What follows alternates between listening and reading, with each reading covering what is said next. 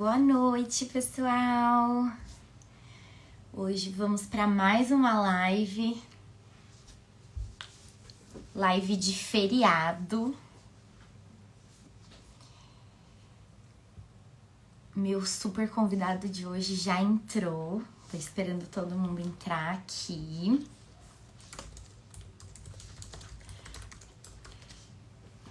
Como vocês estão? Espero que todos estejam bem.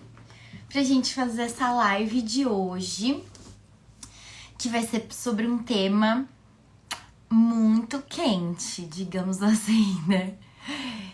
Então, deixa eu chamar o meu convidado de hoje. Ele para vocês. O pessoal tá entrando. É um tema muito forte mesmo, né? Olha que chegou! Boa noite. Boa noite, Vini. Gente, eu vou apresentar o Vini para vocês. Dr. Vinícius é meu parceiro aí há 11 anos agora, né, Vini? 11 Pertinho de anos. completar 12. Pertinho. Eu e Vini fizemos faculdade juntos na Escola Paulista, éramos da mesma turma. E da mesma turma de residência também, fizemos neurologia juntos. E o Vini é uma pessoa com quem eu tenho o prazer de compartilhar a minha jornada médica e fomos nos tornando amigos aí com o passar dos anos. E hoje o Vini é residente de neuropediatria, neurologia infantil, também na Escola Paulista. E para quem está vindo pelo Instagram do Vini, eu vou me apresentar. Eu sou a Bruna, médica e neurologista, assim como o Vini, formada pela Escola Paulista. E agora terminando minha especialização em neuro-oncologia, né, na Escola Paulista também. A gente é nascido e criado na Escola Paulista, né, Vini? Prata da casa, como dizem, Isso né? aí. E hoje a gente vai falar sobre transtorno do espectro autista e sobre TDAH, né? Transtorno do déficit de atenção e hiperatividade, que é um tema que está sendo super falado atualmente.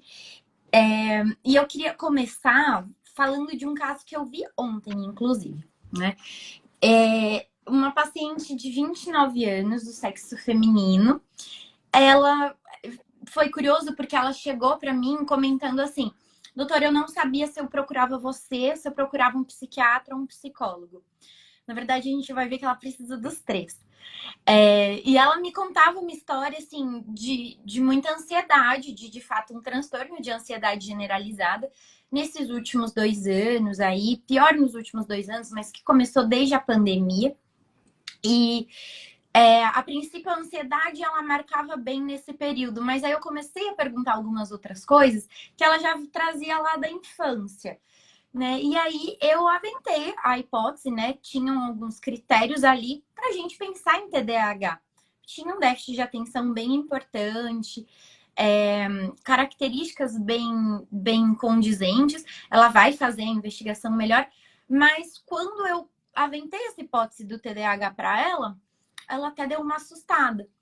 Por quê, né? Aí acho que a gente entra bem na nossa live de hoje. Antes era uma coisa que a gente só falava na infância.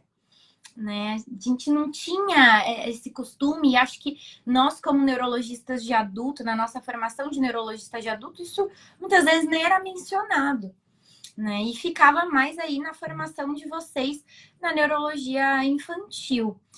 E hoje é uma coisa que a gente tem que saber conduzir, né? Diagnosticar e tratar, tanto na fase da infância quanto no adulto, né? E assim, a gente vê uma mudança até nas residências de neurologia adulto, né? Começando pela escola, com o ambulatório de TDAH do adulto, né? A melhor formação também nas residências de psiquiatria, que o tema era pouco abordado, também sendo mais abordado. E é estranho até, Bruninha, a gente falar do tanto que esse tema foi negligenciado por muito tempo, já que a gente está falando do transtorno do neurodesenvolvimento mais comum da infância. E muitos pacientes crescem, né? E vão ser adultos que vão permanecer com esse diagnóstico ou que vão melhorar parcialmente, mas que vão precisar de apoio, né? Exatamente. E sem o diagnóstico, sem o tratamento correto, a gente vê que é um sofrimento muito grande, né? E às vezes a pessoa, acho que até quando nós éramos crianças, né? Eram as pessoas taxadas, né? De esquisito, agitado, bagunceiro, burro, muitas vezes. As pessoas recebiam, né? Esses rótulos terríveis. E que sem tratamento, realmente a vida vai ficando muito difícil, né?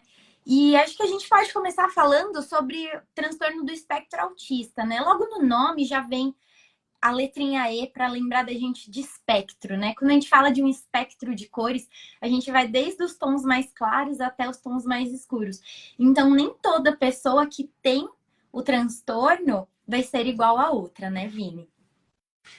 E isso, às vezes, dificulta o diagnóstico porque cria estereótipos, né? Então, às vezes, a família, ou até mesmo o médico que não é especialista na área, fica esperando todas as cores, né? Tudo aquilo que seja um quadro mais grave para pensar no diagnóstico. E isso é uma das coisas que tem mudado, que a gente tem notado um menor preconceito, uma melhor procura por um diagnóstico precoce, médicos mais capacitados para identificar os sinais e iniciar tratamento. E isso tem aumentado, inclusive, a prevalência da doença, também é um dos fatores, né? E quando a gente fala de espectro, a gente está falando de diferentes gravidades. Por isso que o próprio diagnóstico, o DSM-5, que diagnostica e classifica as doenças de saúde mental, ele põe níveis de suporte. Nível de suporte 1, 2 e 3, leve, moderado e grave, para classificar a necessidade de suporte desse paciente, né? Eu particularmente, Bruninha, em questão desses níveis, eu não gosto muito dessa classificação. Uhum. Por quê? Porque muitas vezes ela mais atrapalha que ajuda. Vou explicar isso. O nível de suporte leve, em que ele precisa de um apoio, não necessariamente que não é contínuo, é um apoio menor para ser funcional, isso não significa que ele não sofre, isso não significa que não tem uma série de terapias que ele precisa fazer. Então, o que infelizmente ainda existe muito é um autista nível 1 de suporte. Então, ele não precisa tanto quanto os outros. Ele pode esperar mais por terapia, o que é um absurdo, o que está errado. E a outra coisa também é verdade, também acontece. Às vezes a gente coloca no laudo um autista nível de suporte 3 grave, e aí cria a noção de que não há nada a se fazer, quando há muito a se fazer, de que aquele paciente, mesmo com terapias, não vai responder, o que é outra em verdade, é outra fake news, né? Uhum. Eu brinco que esses níveis de suporte mais atrapalham do que ajudam, porque eles não sabem ser bem utilizados. Muitas vezes as pessoas querem classificar os pacientes com autismo, quando na verdade todos eles precisam de apoio e precisam de suporte. Muitas vezes colocar em caixinhas as coisas pode até dificultar. E isso que você falou, acho que é muito importante, principalmente quando a gente fala de SUS, né, de saúde pública, que a gente tem recursos limitados. Então, muitas vezes um laudo de um nível 1 de suporte não precisa tanto quanto 2, então deixa ele com uma prioridade menor. E aí a gente perde a oportunidade de estimular essa criança, né? Falando em criança, Vini, quando que você pensa que uma criança pode ter transtorno do espectro autista? O transtorno do espectro autista ele se baseia em dois eixos principais. O primeiro é a alteração de comunicação e de interação social. Comunicação e interação social não significa necessariamente linguagem. Então, é um mito que para a criança ser autista, ela tem que ter atraso de linguagem. Não necessariamente. Ela pode se manifestar esse atraso da comunicação e da interação social de outras formas.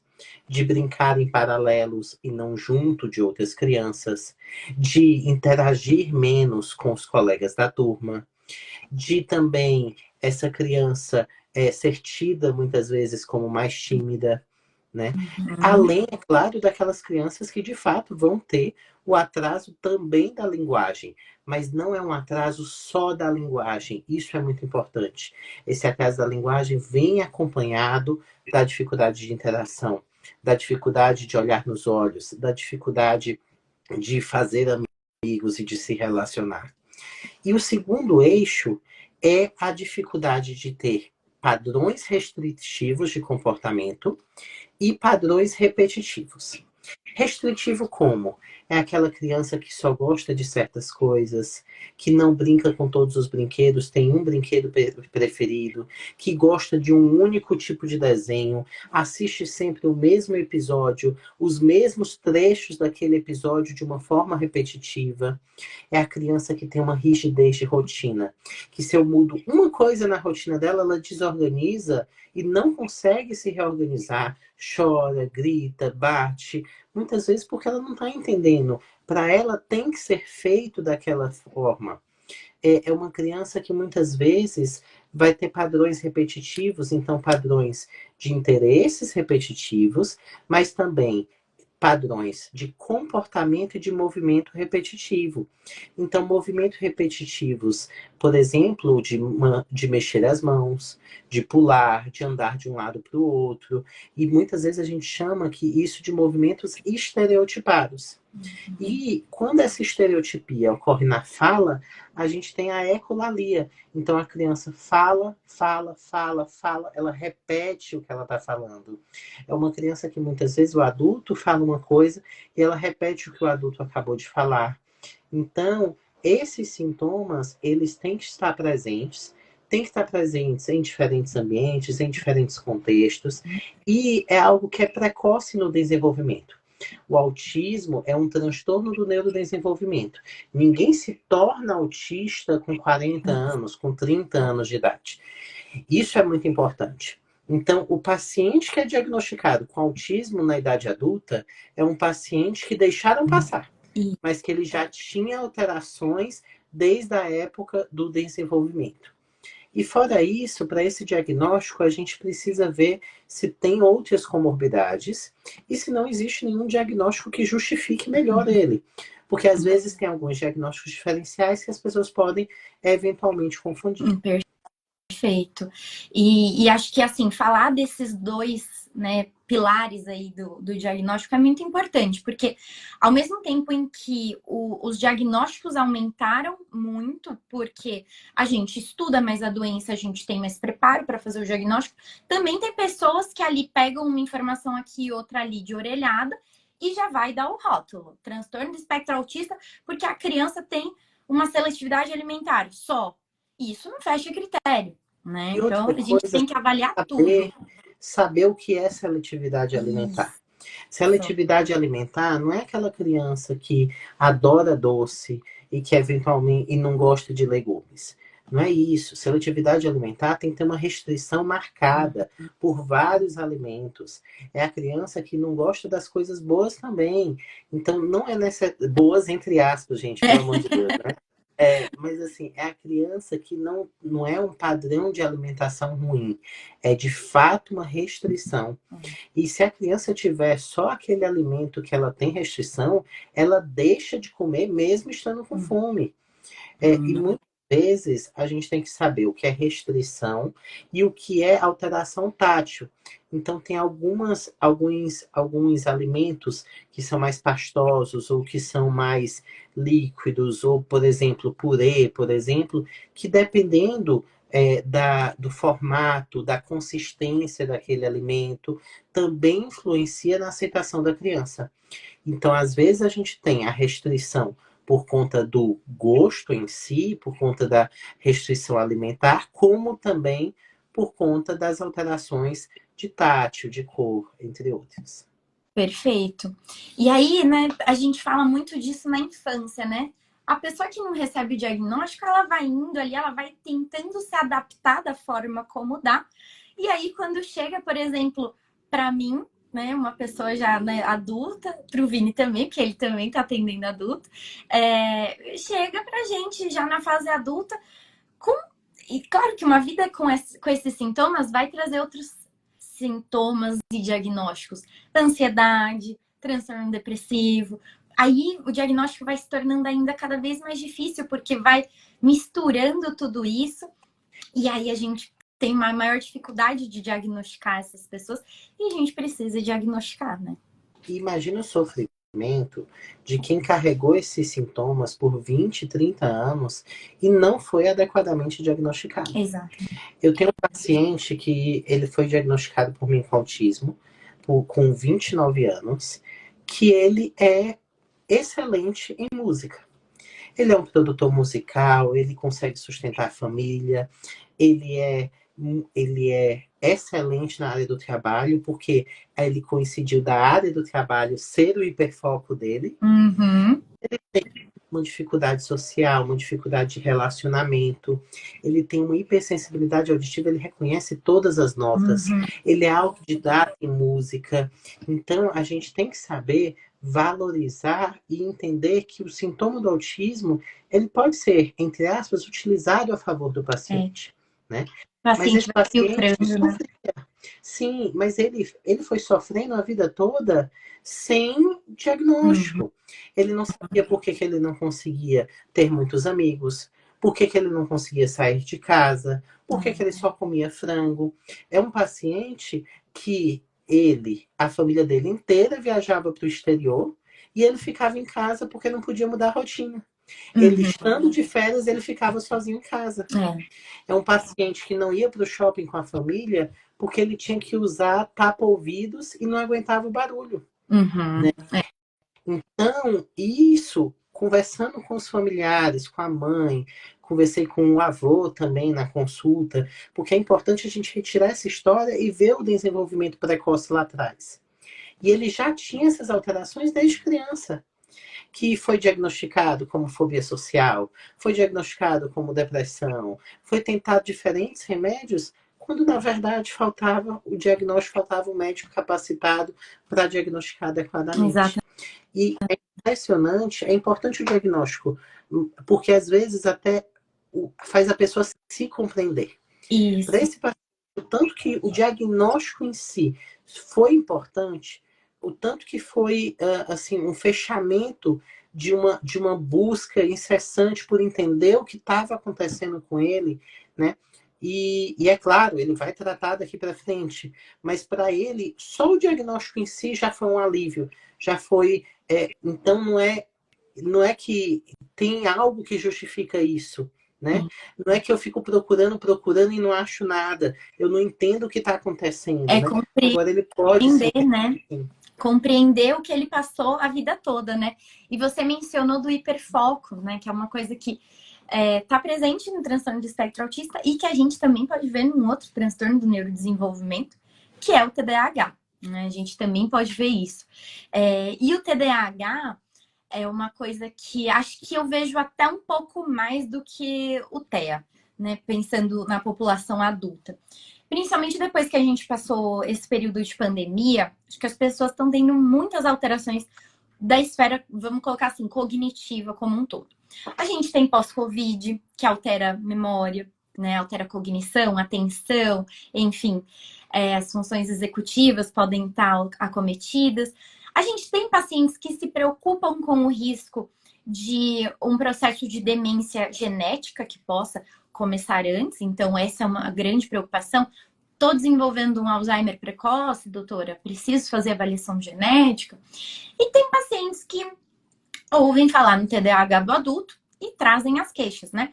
São pacientes que falam muito assim, doutora, eu sempre fui muito atrapalhado, sempre esqueci, assim, esqueço onde guardei chave, esqueço de pagar a conta, sinto que minha cabeça tá aérea, tô ali fazendo uma coisa, mas minha cabeça tá pensando em outra, perco o interesse pelas coisas, né? Tem uma hora que, assim, aquilo é a razão da minha vida e depois eu perco o interesse. Já atendi uma paciente, né? Essa paciente que eu comecei a live contando, ela tá na terceira faculdade dela. Porque assim, começa, faz, adora, pá, depois acabou. Então, são coisas que vão chamando nossa atenção quando a gente ouve um relato de adulto. É claro, é um transtorno do neurodesenvolvimento. Então, não basta eu olhar só uma foto da vida adulta. Eu preciso do vídeo para eu poder voltar até a infância, a adolescência e pescar esses sintomas, né? Tanto de hiperatividade quanto de déficit de atenção. E quando a gente fala de TDAH no adulto, uma das primeiras coisas que a gente vai ter que conseguir filtrar muito bem é: tem comorbidade psiquiátrica junto? Né? Tem já ansiedade? Tem depressão? Porque um transtorno de ansiedade em uma pessoa sem TDAH pode perfeitamente dar queixa de desatenção também. Assim como alterações do sono, né? Um sono não reparador, alterações nas fases, parassonias, enfim, distúrbios do sono como um todo, a própria apneia, né? Que a gente tem uma prevalência, uma incidência incrível aí, a própria apneia podem alterar também a nossa função cognitiva. Então, no adulto, a gente tem que filtrar isso muito bem, dar uma pesquisada, tem outras coisas, pode ter as duas coisas junto, né? Pode muito bem ter TDAH e ter apneia do sono. Então, veja como é importante, né, a gente ter essa avaliação muito completa do paciente, porque cada um desses pontos vai exigir um tratamento diferente. Assim como na criança também, né, Vini? A gente vê comorbidades junto, né? Uma dica diagnóstica para o adulto que eu sempre peço para conversar com o pai, com a mãe, com alguém que teve o contato com aquele adulto na fase da infância. Porque às vezes os sintomas se iniciaram que quando se iniciam na fase adulta, eles não são do transtorno de déficit de atenção e hiperatividade. O transtorno de atenção e de hiperatividade, ele tem que ter iniciado como um transtorno do neurodesenvolvimento antes dos 12 anos de idade. Então, uma dica que eu dou para todo colega que está iniciando, que não tem tanta experiência com TDAH, neurologista, psiquiatra que está começando. Converse muito bem com a família. Com quem conhece aquele paciente vai te ajudar. Uma outra coisa, esquecer as chaves de casa, esquecer onde deixou uma coisa específica. Tem alguns sintomas do TDAH que, isolados, são frequentes em todos Todo nós. mundo. O que acontece no TDAH é um sintoma que é persistente, que é por mais de 6 meses e que ocorre prejuízo. Prejuízo social, prejuízo emocional, prejuízo cognitivo. Necessariamente esse prejuízo é em mais de um ambiente. Então, na escola e em casa, no trabalho e em casa é o mais comum, mas você vê prejuízo em diferentes esferas. Então, não é aquele esquecimento pontual, não é aquela desatenção. E muitas vezes esse paciente fica rotulado. Então, na criança, era aquela criança que é inquieta, que todo mundo fala pejorativamente. Eu já tive paciente que era apelidado pela família de furacão. Porque onde ele passava, ele era inquieto, ele não conseguia ficar numa conversa, ele não conseguia, corria, pulava, escalava, não tem noção do perigo, porque se expõe muito mais facilmente a esses perigos. E isso tudo foi criando um estigma, que a criança era o furacão da família. Quando, na verdade, ela tinha um transtorno que não estava sendo adequadamente tratado. E quando a gente começou, mudou da água para o vinho. Então tem gente aqui falando que era carinhosamente apelidada de peste, né? Na live. E a criança fica com esse rótulo, e o rótulo de ser o pior aluno da turma, de ser o desatento, o que esquece de fazer a tarefa que a professora falou, o que muitas vezes não consegue ser organizado, que os pais já compraram 3 estojos diferentes, a criança já perdeu os 3 estojos. Chega no final do ano sem material escolar já, né? Material. E muitas vezes a mãe fala, ou na fase da adolescência, o namorado, namorada fala e diz que não está escutando, porque está em outro mundo, né? Então, todos esses erros, esses sintomas, eles ocorrem de forma sistemática, repetida, causando prejuízo em mais de um ambiente. Não é porque você não gosta daquela aula específica, não. Ocorre em diferentes, ocorre em casa e ocorre na escola. Não é uma coisa intencional. Isso, até esses critérios, né? Como é curioso, né? A gente traçar paralelos. Quando a gente fala de TDAH, dá pra gente traçar um paralelo muito bom com demência, em termos de critérios diagnósticos, né? Demência não é esquecimento. Demência é prejuízo na memória e mais algum domínio cognitivo e que fundamentalmente gere prejuízo de funcionalidade. Então dá para a gente traçar paralelos, né? Como observar o paciente em vários aspectos, como é a funcionalidade dele, está gerando prejuízo. Isso é muito importante para a gente estabelecer bem diagnósticos. Diagnóstico bem feito é tratamento bem conduzido, é paciente que entende a importância, né, do tratamento, principalmente em transtornos que a gente está falando aqui. Tratamento não vai ser só pegar um comprimido, colocar na boca e engolir, né? A gente tem que ter todo um trabalho de terapias, um trabalho até com a família junto, né? Para a família entender o que está acontecendo com esse paciente, principalmente crianças e adolescentes, né? Não Que rotular, não né? rotular. Isso é fundamental. A Vanessa aqui comentando que é um sofrimento para o paciente não saber o que ele tem. Passar a vida se achando diferente por não conseguir um diagnóstico. Então, às Exatamente. vezes, o nosso diagnóstico é até uma forma do paciente se aceitar É. e não se culpar.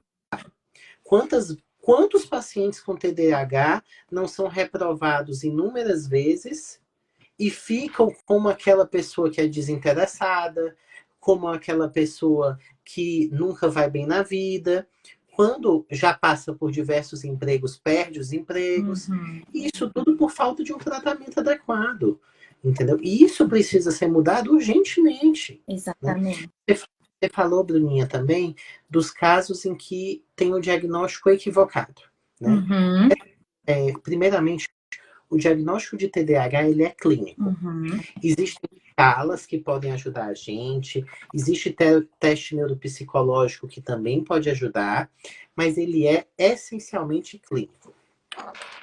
Eu tive recentemente uma paciente que veio se consultar comigo, ela era de outro estado do país, do interior de outro estado do país, e quando ela veio se consultar comigo, ela tinha já o diagnóstico de TDAH estabelecido por uma psiquiatra. A psiquiatra dela mesmo falou o seguinte: olha, eu não entendo de TDAH, eu vou te encaminhar para uma psiquiatra de uma cidade maior, que ela morava no interior do interior de Minas, e lá você passa para ser avaliada. Ela recebeu o diagnóstico de TDAH e seguiu tratando. Mas algumas coisas.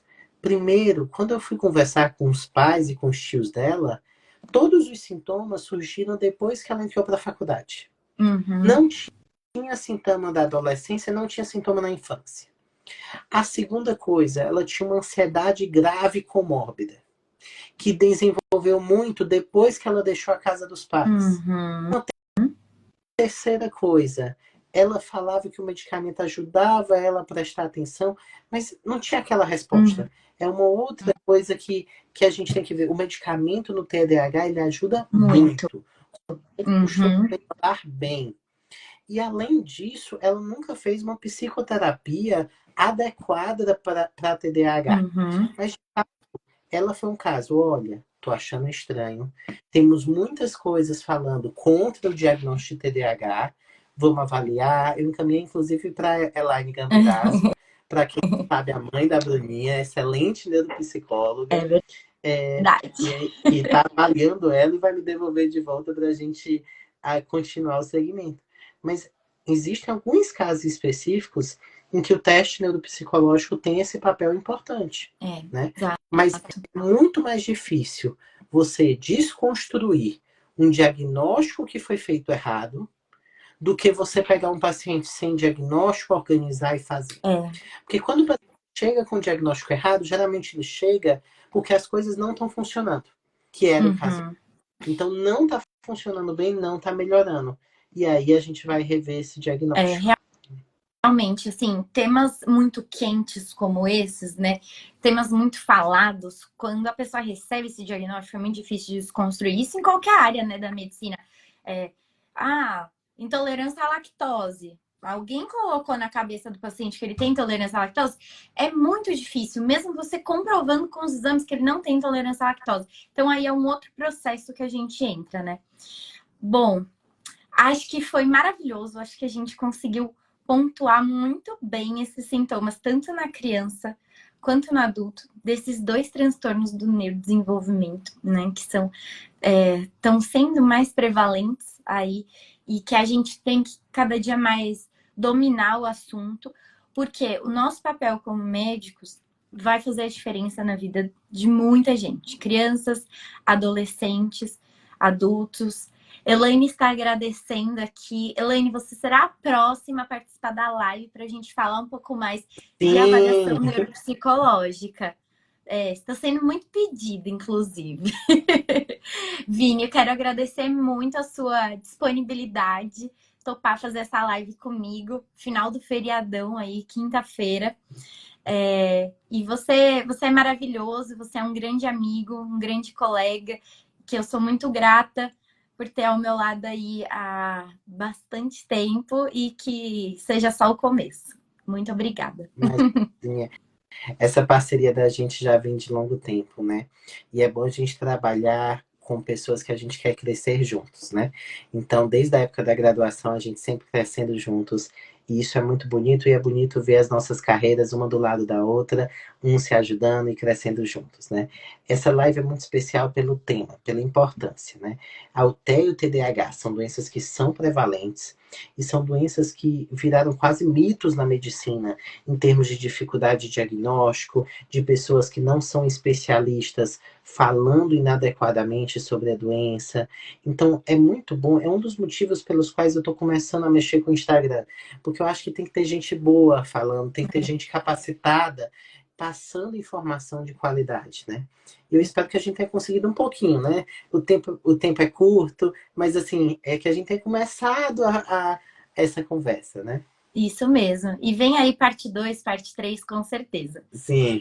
Muito obrigada, Vini. Um beijo. Muito obrigada a todo mundo que assistiu. Estamos juntos aí. Podem mandando as dúvidas. Essa live vai ficar salva tanto no meu Instagram quanto no do Dr. Vinícius. E vocês podem ir tirando as dúvidas que a gente vai respondendo com certeza. Esperamos vocês nas partes 2, 3 e por aí vai. Um beijo. Boa noite, Até pessoal. mais, gente.